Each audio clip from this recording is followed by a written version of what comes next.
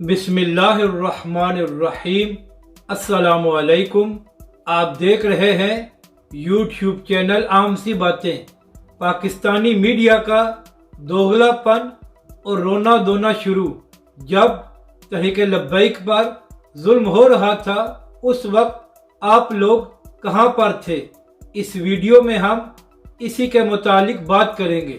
ناظرین کرام، کچھ دیر پہلے مہر بخاری صاحبہ، محمد مالک صاحب اور ارشاد بٹی صاحب یہ فرما رہے تھے کہ جس طرح موجودہ حکومت نے سڑکیں بند کی ہیں اور کنٹینر لگا کر پورے اسلام آباد کو سیل کیا ہے، یہ غیر جمہوری ہے اور عمران خان صاحب کو اجازت ہونی چاہیے تھی کہ وہ اپنا مارچ لے کر اسلام آباد میں آ سکیں۔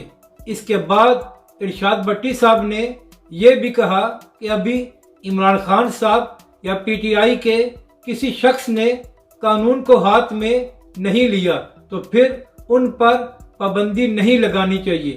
تو میرا سوال ہے ارشاد بٹی صاحب سے کہ جب عمران خان صاحب نے تحریک لبیک کے سربراہ علامہ سعد حسین رضوی کو گرفتار کیا تھا تو اس وقت علامہ سعد حسین رضوی نے کون سا قانون توڑا تھا یا تحریک لبیک نے کون سا غیر قانونی کام کیا تھا؟ تو کیا اس وقت ارشاد بٹی صاحب آپ نے عمران خان صاحب سے یہ سوال پوچھا تھا کہ آپ نے تحریک لبیک کے سربراہ علامہ سعد حسین رضوی کو 7 مہینے جیل میں کیوں رکھا؟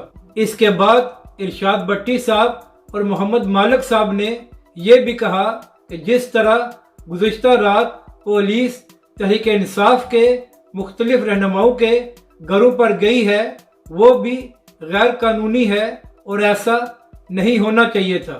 تو ان دونوں سے میرا یہ سوال ہے، جب عمران خان صاحب کی حکومت میں علماء کرام اور سید زادو کے گھروں پر پولیس گئی تھی اور چادر اور چار دیواری کے تقدس کو پامال کیا گیا تھا، اس وقت آپ لوگ کیوں خاموش تھے اور آپ کو یہ یاد کیوں نہیں آیا کہ عمران خان صاحب اور ان کی حکومت چادر اور چار دیواری کے تقدس کو پامال کر رہی ہے؟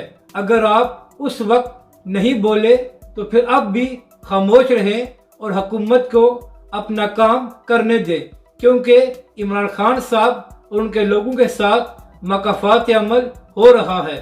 اپنی رائے کا ضرور اظہار کریں کہ آپ کو یہ ویڈیو کیسی لگی اور ہمارے اس چینل کو بھی سبسکرائب کریں۔